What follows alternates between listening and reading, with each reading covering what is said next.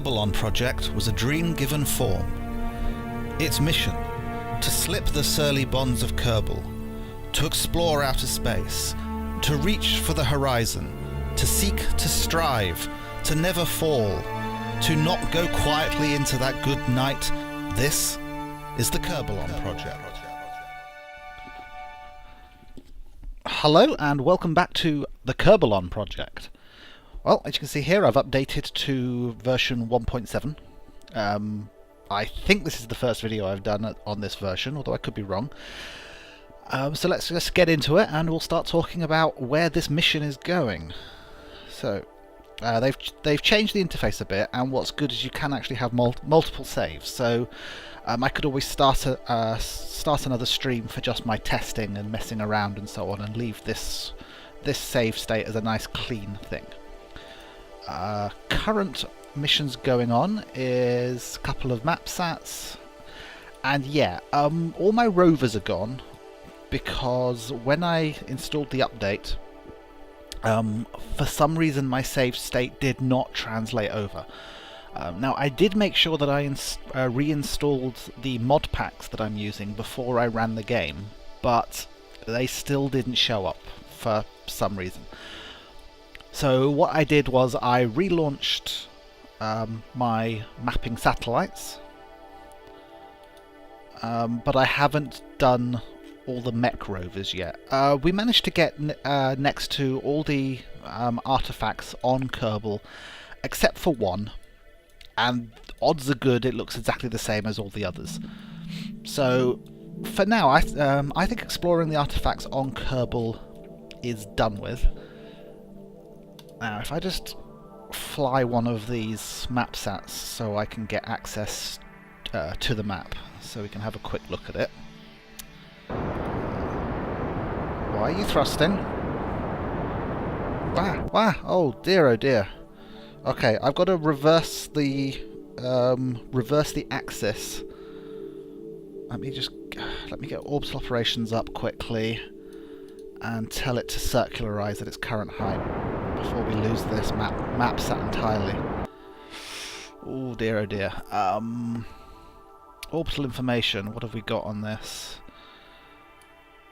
Oh, it's a eccentric orbit now. It's like 200 by 100. Okay, I've got to... in reinstalling this, I've also had... I basically have to keep remapping the axes on my joystick. And I keep forgetting to switch the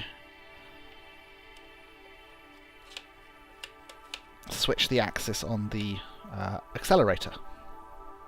Velocity, whatever. The thrust, that's the one. That's the word I'm looking for. Okay, so if I turn on the anomalies. So we visited these four. We couldn't quite get to that one. My lander was having trouble landing there because of the strange angle. We have, however, found a number on the moon. 1, 2, 3, 4, 5, 6, 7 artifacts on the moon. I also sent a mapping satellite to Minmus to take a look, and it only found the one there. So checking those out is something we can do. But the main draw of this latest release of 1.7 is they have added, if I keep zooming out on this navigation map, they have added more planets to the solar system. Look at that. Now that's cool. So that's Kerbin there. We essentially have a Mercury analog called Moho. You can zoom in and take a look at it. It appears to just be a lone planetoid, and that's right by the sun. Apparently landing on that is very tricky for two reasons. One, decelerating when you're getting close to it takes a lot of fuel, and then it's so hot there that your engines tend to overheat and explode when you try and land there. We have Eve. Now this is the Kerbin system's analog to our Venus. So it's slightly larger than excuse me. It's slightly larger than Kerbin, has a thicker atmosphere, Also has large liquid oceans, although they might not be water. So that's interesting. Again, it doesn't seem to have any moons. Oh yes, it does. Gilly. It has one small moon here called Gilly, which looks like it's just a rock. Probably quite small, very low gravity. And so that's Kerbin. So here we have this system's version of Mars. It's called Duna. You can see it's large, it's red, it has large polar caps. That's interesting. Huge crater there. And it has... is it just the one moon? It has a moon called Ike, which seems a reasonable size. I mean, the more round something is, you can sort of judge its size. Any other moons? No, I don't think so. And last of all, over a massive gap, we have Jewel, which is like Jupiter. It's a large, very large gas planet with, as you can see, quite a complex system of moons. We have Lathe, which looks like, wow, that actually looks like a liquid world. Val, bit of an ice ball there. Tylo, looks like an airless rock.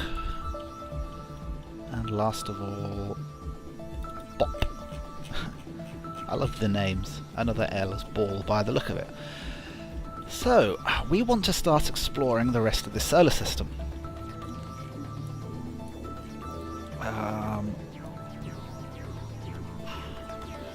me switch back to this thing. Now, this thing's so out of position that I'm essentially going to activate the self-destruct on this. So, and which essentially means end flight. So it'll no longer be up there. There we go. Go to the tracking station. So that satellite is no longer in orbit. So in order to get to those outer planets, or any of the other planets, you need a lot of fuel with large efficient engines and so on.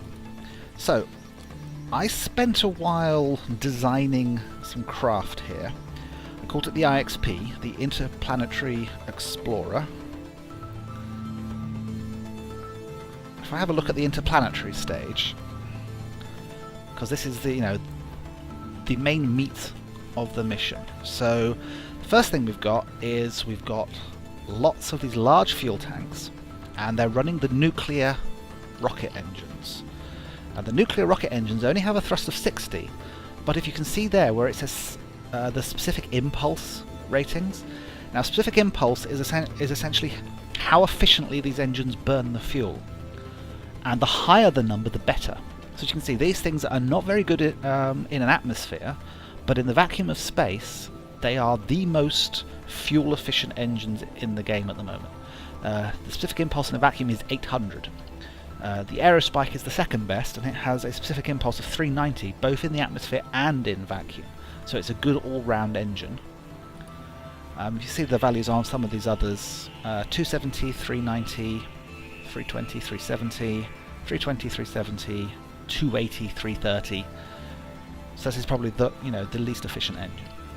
So it has a central pod and 4 others, and the fuel is feeding in such a way that 2 of these outer ones run out first and then they get jettisoned, and they're feeding their fuel into the other 2 outer ones, which then run out of fuel and get jettisoned, and they've been feeding their fuel into the central one.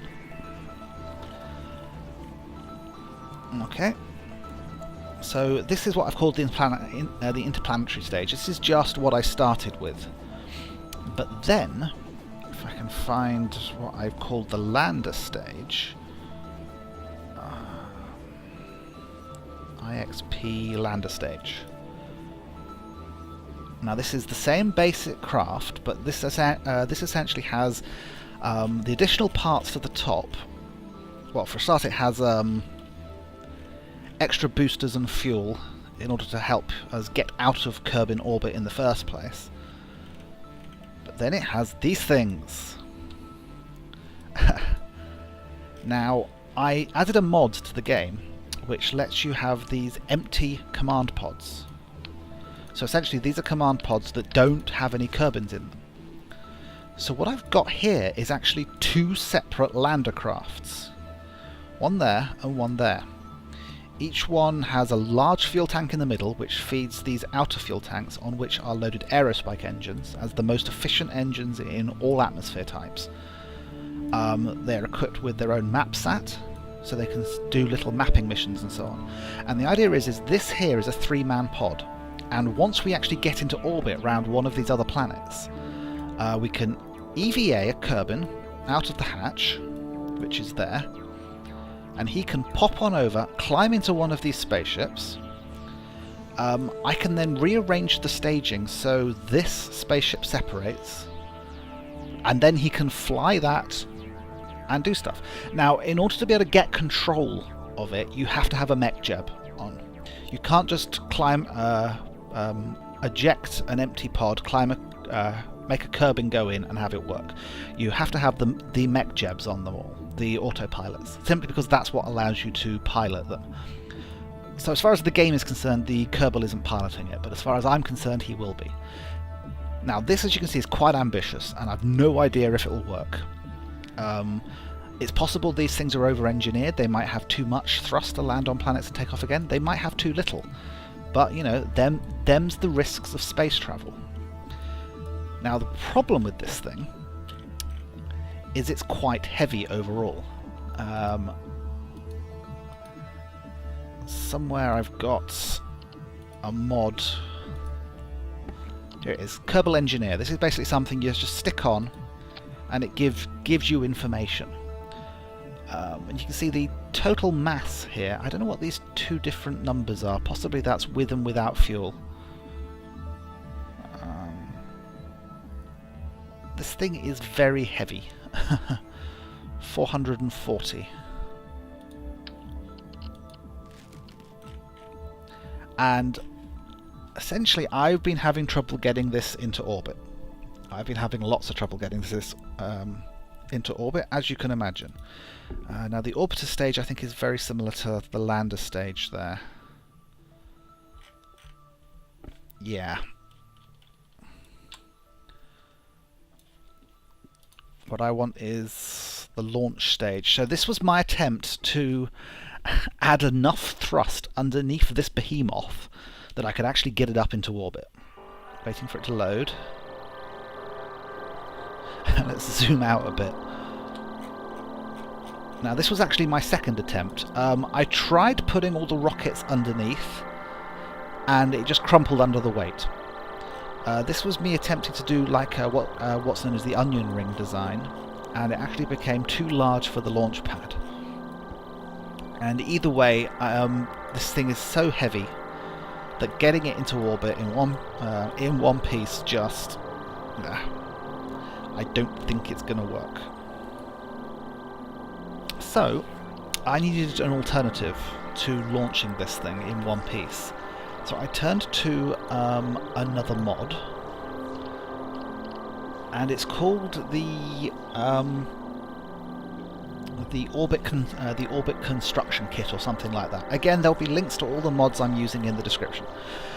What this lets you do is you build a spacecraft using this piece and you stick it into orbit. You then, and essentially it's once it's in orbit, it's like your space dock. It's your orbiting construction platform. You then launch things with the cargo module part. So you launch inventory up, get it within 10 kilometers of the space dock, and then you deliver the cargo. So the space dock builds up an inventory of the parts that are needed. And then what you can do is you can construct your spaceships here as usual. You stick on the space built identifier, and it's just a little tiny thing that just sticks anywhere on your spaceship. And when you send it to the launch pad, the game detects that that's there, goes, hang on, this thing hasn't actually been built on the ground. It's been built at the space dock, assuming the space dock has all the inventory you need. And then when that happens, you simply move up into orbit and your spaceship appears in orbit around Kerbin. And that means that you can make spaceships bigger and of a size, mass and complexity which you would never be able to launch. Because you can see this it could never take its own weight, let alone take off. I tried strutting the hell out of this. And of course every strut you add adds complexity to the simulation, and then the game starts running at one frame per second. So we're going to go with that. So the first thing I want to do is design my space dock. Now, I could just send up the tiniest, the space dock identifier is tiny. I could send up a really tiny spaceship and just have that go around. But I'm trying to simulate this in a more realistic way, so I want my space dock to actually be large enough that it's conceivable that it could have a crew of engineers on board, that it could have cargo bays, parts stores, and so on. So basically I want to make something that's a little more like an actual space station. So that's what I'm hoping to do today. I've just realised that I've forgotten to install one of the mods I want to use. Because the things I'm trying to do are a bit too ambitious for the base set at the moment. So I'll be back in a second once I've installed that. Okay, I'm back. I found the part I was looking for. I was actually already in. It's this warp clamp. Now this is a form of getting docking working in the game. But I'm not actually going to be using it for docking right now. For now I just want to use it to allow me to construct this in the form that I want. See if I can pick these things up.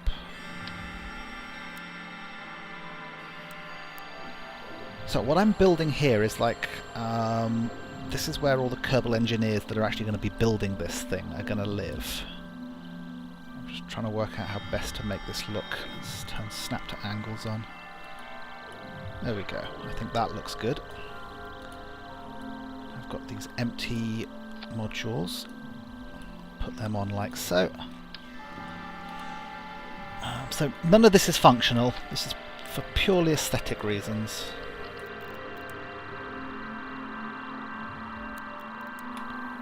So I'm going to keep building this for a while, and I'll be back once it's ready for the launch stage. Okay, I've designed this to be my orbital construction dock. It has the orbital construction component tucked in there, has an advanced SAS, it has a mech jeb, etc. It has a 3-man command module, plus another 3-man command module, but this one's empty. It's got some large fuel tanks just to sort of simulate working space and so on. And now what is doing all this puffing, you may ask? Now this is a mod called the Warp Clamp Docking Module. There it is, Warp Clamp. So what I plan to do is I'm going to get this up there to about 250 kilometers, and then I'm going to launch 4 more.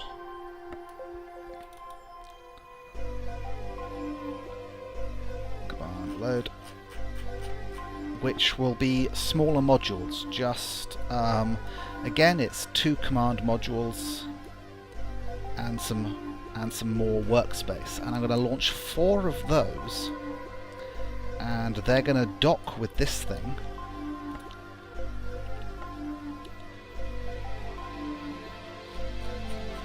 And we'll end up with something floating up there which has got like 6 spurs coming off it, with 1 spare docking port at the top, so in the future if I want I can dock something else to it and expand this space station.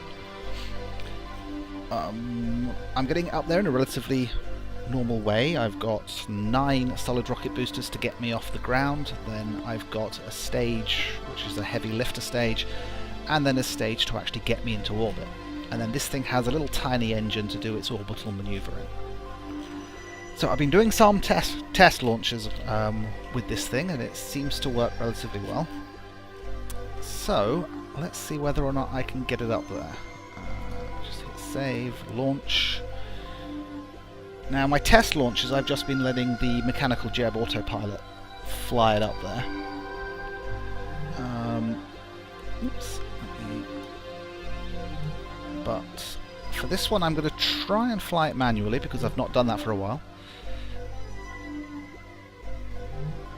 Turn off the rendezvous module, so I don't need the ascent autopilot. I'm going for an orbital height of about 250 kilometers, I think, because that will put it way outside where my mapping satellites go. So, thrust, delicate controls, don't need the RCS, want the advanced SAS. Okay, it's been a while since I've actually flown one of these things manually, so this could be a disaster. But let's give this a go. Now this thing wobbles, really badly wobbles, so if I do any form of violent manoeuvring during this, then it's not going to go well for me. Okay, so we've got solid rockets going. Going to be keeping an eye on my apoaps as the main thing, because that tells me when I need to start my gravity turn. Ready to activate the next stage. There we go. And this is when it really starts to wobble, as you can see, but we'll just keep going straight up for now. Now this stage lasts quite a while because there's a lot of fuel in there, but I was having trouble when I was separating this. It kept crashing into this inner stage, so I've added these things. They're called separatrons. And they're essentially little tiny rocket motors which will fire when I separate that stage to fling them out away from me. So I'm going to keep going straight up until my apoapsis is about 20k, and then I'll start to tilt over. So we're just monitoring everything. Who have we got in the pilot seats? We've got Mately Kerman, Guszon Kerman and Sini Kerman, and all three of them are scaredy chickens. They're just freaking out. Okay, how have we got? We've got 3 more fuel after this, and I think I want to start my turn a little bit off, just along the 90 degree mark if I can. Let's just hold it there. Ooh, ooh. Okay, apoapsis is now shot up over 30, so let's really tip it over. Hold it there, because we're going to have a stage separation in a moment, and I don't want to be manoeuvring too wildly during it.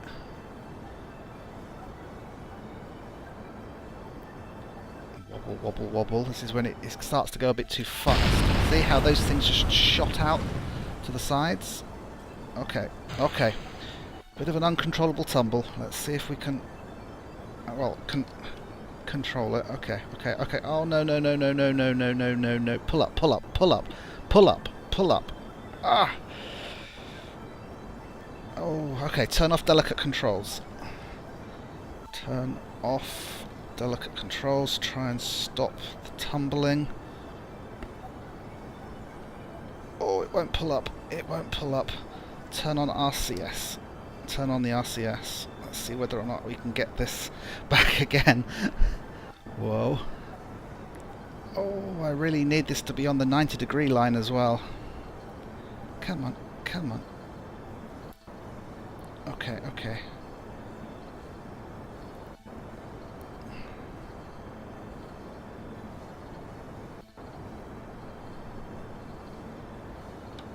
Let's just hold it there for a bit, because I need that direction of travel, and I need my inclination to go back to 0.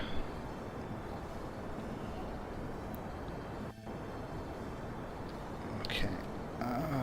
Whoa. Okay, pull up. Pull, pull, pull, pull, pull. Come on, come on. My inclination is approaching 0, which means I need to start to steer back towards the 90, otherwise I'm just going to lose this. Oh, come on, come on, come on, come on, come on, come on, come on, come on. Okay, looks like I might have to do some corrective manoeuvring once we get up there. Right, try and hold it there, please. Apoap's is still at 115.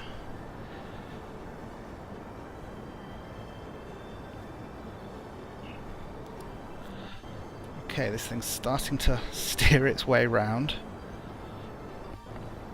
Luckily I've got tons of RCS fuel on this. Well, I've got quite a bit of RCS fuel. I think one of the problems is I'm using the Aerospike engines here and they don't gimbal, so they aren't giving me any form of steering. And that's why I'm just all over the place. Oh dear, look at this. Come on.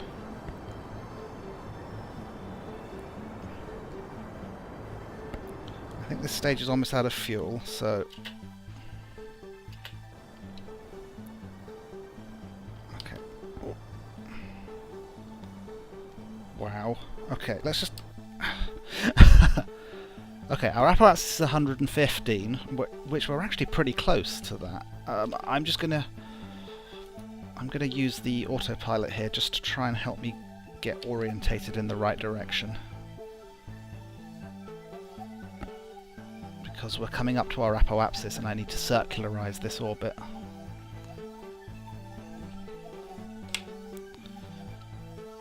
Come on, point me prograde. Hope you'll forgive me using the autopilot.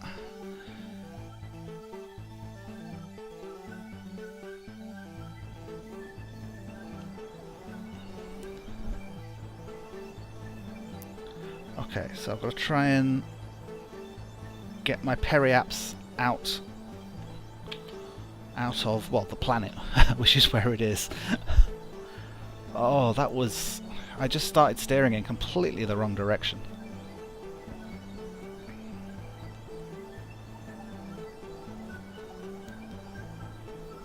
So let's actually...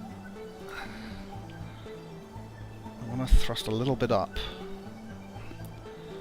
because our apoaps is dropping. Hold that. Now, although I've got an advanced SAS module on this, what I don't have are any additional gyroscope generators. So it's possible this thing is just too heavy to maneuver without the RCS, and that's what messed me up. Which means I might need to go and add some of those gyroscopes. Whoa. See, it spins really quickly, but maneuvers in all other ways really slowly. So my apparatus is staying at about 115, but I can't get that periaps up. And I'm actually heading down. I may have balled this orbit up completely. If I have, then I'm going to launch this again and just leave it to the autopilot.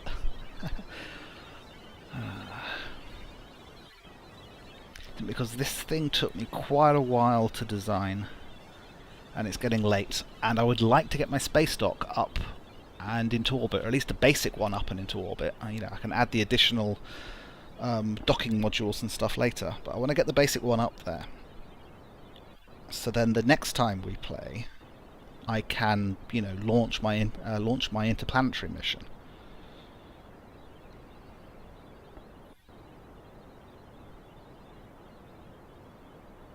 I'm almost back into the atmosphere. My altitude is just down to about 80,000 something. And my periaps is just not coming up.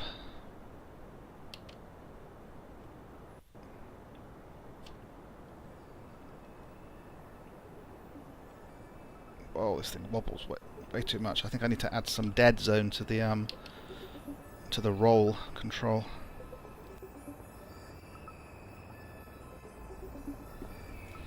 And I'm into the atmosphere. Periaps is still negative 200,000 kilometers. So, these Kerbals are in trouble because this thing was never designed to return to the planet. No, seriously. These Kerbals were essentially engineers, which might explain why they're so bad at flying, and they were just going to go and live in space. You know, this thing doesn't have any parachutes, it doesn't have an escape pod, anything like that. I mean, the spare docking clamp that's at the front, that was, you know, how personnel were going to come and leave again, and so on. So, I think we need to point this thing retrograde.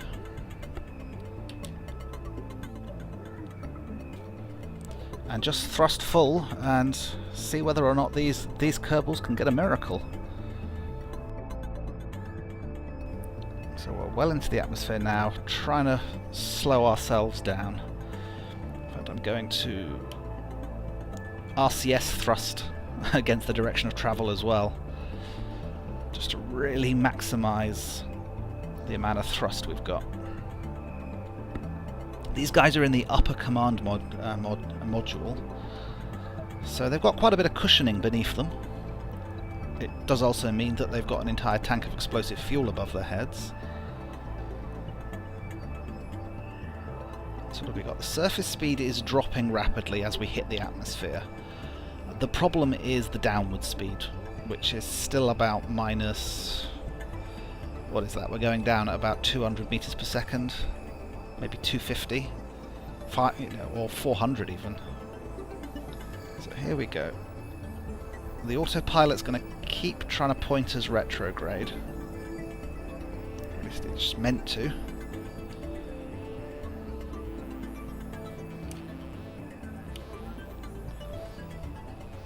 Okay, we're down to 100 meters per second. Going down. Surface speed is continuing to drop.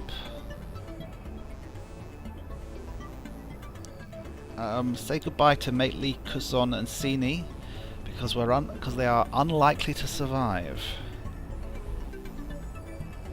Come on. Fingers crossed, guys.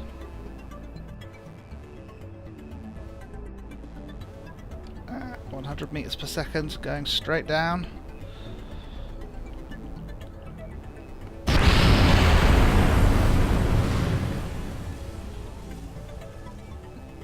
Oh well. Let's go back to the Space Center and let's try and launch that again. Orbital construction dock.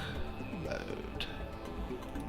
So this time I'm going to use the autopilot. You guys will have to tell me whether or not you're okay with me doing that or not. I feel I should be doing more of the flying manually because I need the practice. But it's getting late, I'm getting tired. And I want to get this thing up there into the big black. So, send autopilot 250. Make sure it stops at the right stage. Stop at stage 1.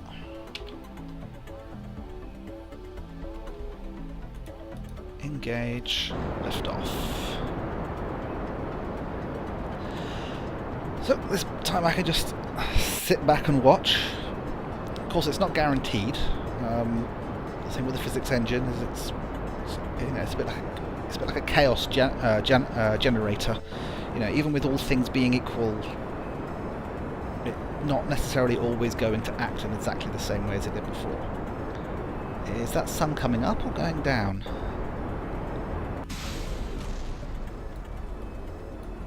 I think the sun is coming up, so we should be able to watch it rise as our altitude goes up. The way that wobbles makes me laugh.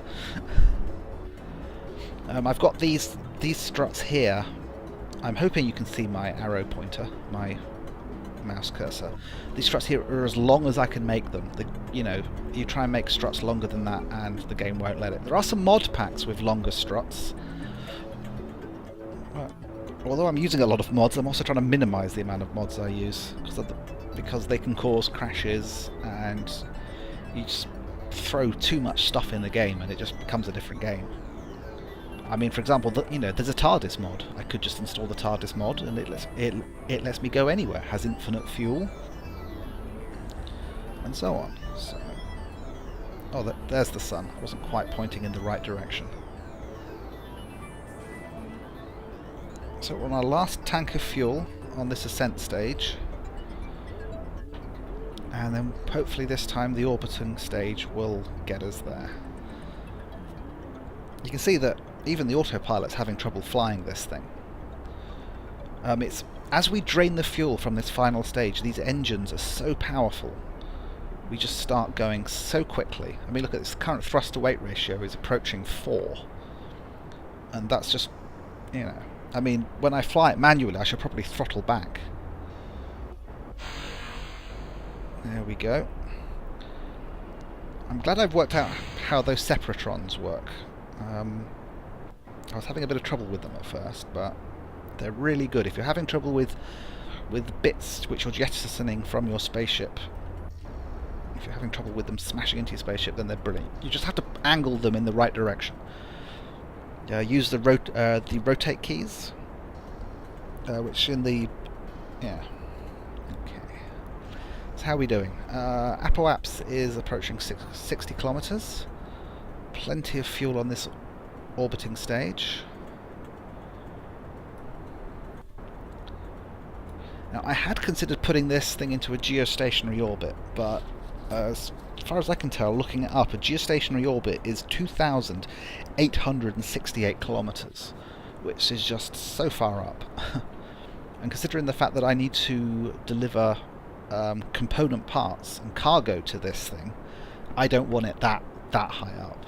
So 250 is a nice medium thing. It's not too far away from the planet Kerbylon, but it's far enough away that when I launch my spaceships that have been constructed in orbit, they're already well above the planet. And I can either thrust on out or drop towards the planet to get a gravity boost.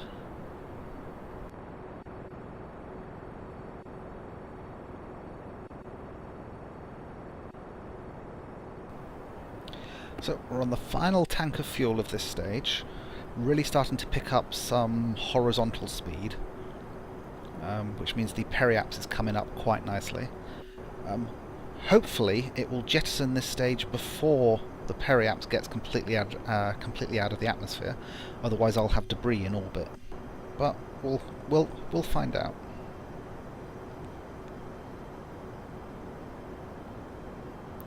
Periaps is at 63. That's quite nice, which means this thing has very little work left to do with its little tiny engine, and that thing there will eventually decay its orbit in the atmosphere and crash back to the planet. So the apoaps on this thing is shooting up to the 250. And then it will auto-warp and circularize.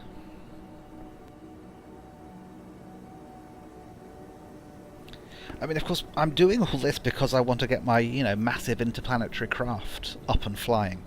I've no idea whether, the design for that massive interplanetary craft is viable or not, but it's going to be a lot easier to construct such things in orbit than it is on the planet. I mean, this is why, in the real world, we need a space station or a lunar station, stuff like that. Well, what we really need is a space elevator, but we don't quite have the material for that right now. Okay, so this thing has accelerated time, and we're almost at our apoapsis, 250 kilometers.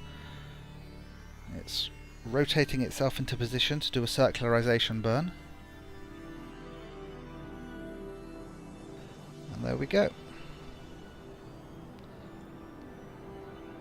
So this will whack the periaps right up now, and it will get it nice and circular.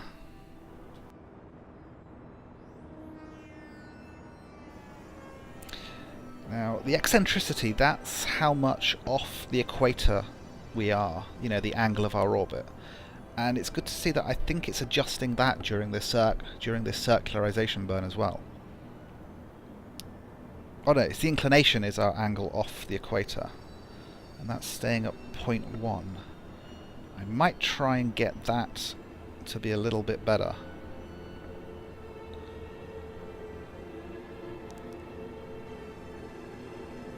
So we're having to burn for an awful long time because this is just a weak little engine, but that means it's a very efficient engine. And this engine is drawing from this large fuel tank here, so it's got tons. See, the thrust-to-weight ratio is only 0.2. So this thing would never take off from a planet with this thrust-to-weight ratio, but it's fine for orbital manoeuvring. Periaps is approaching 200. Looks like our apoaps is going up a bit, but that's okay. I can do some corrective burns once we're up there. I want this thing to have the most perfect orbit I can give it. You know, I want it to be as exactly 250 apoaps and periaps, minimum eccentricity, minimum inclination.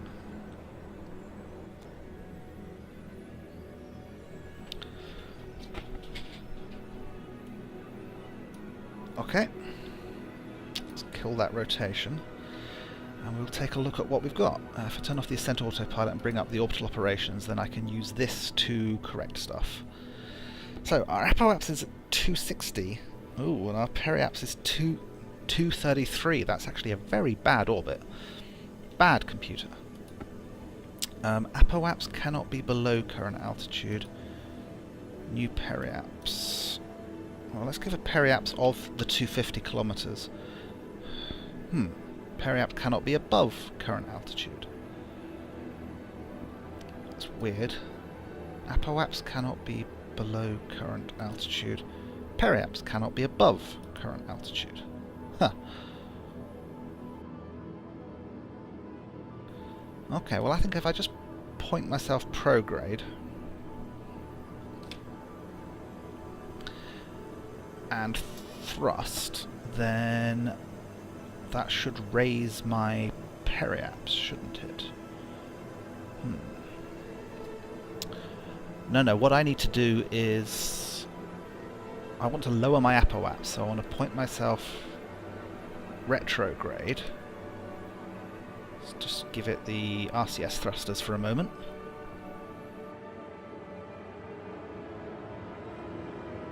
Let's bring up the map.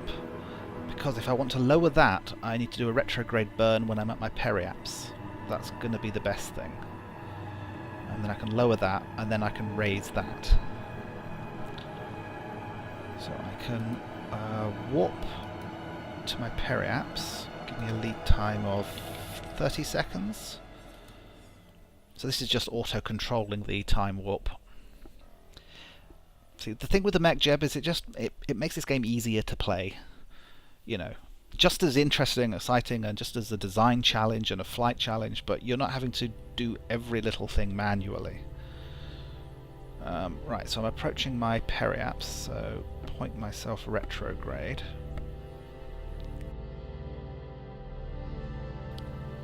Looks like I get there just in time.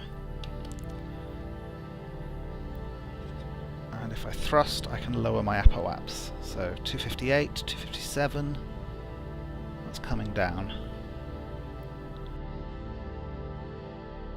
I just want to get it. I'm within meters of it, but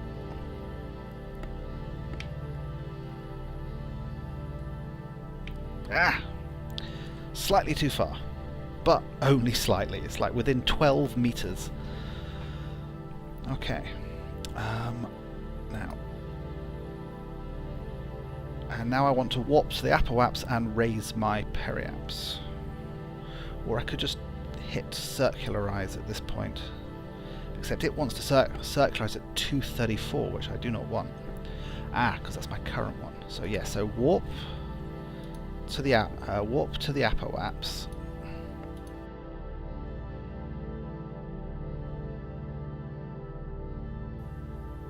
Tell it to point prograde, because that's the way the circularization burn is going to want it.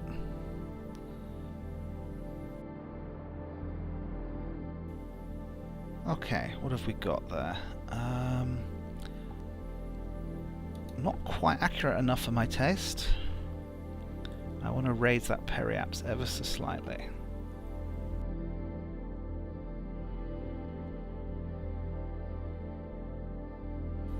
I'm just going to do some warping and circularizing here. Okay, I've got it as accurate as I can.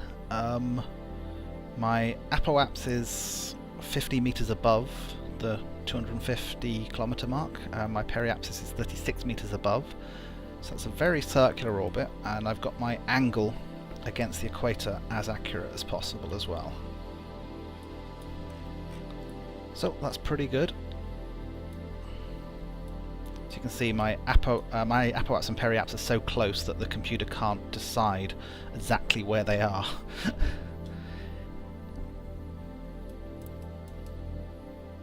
So that's it. I can actually now start to launch things that are being constructed in space if I want. But the first thing I'm going to do is get some extra struts up here.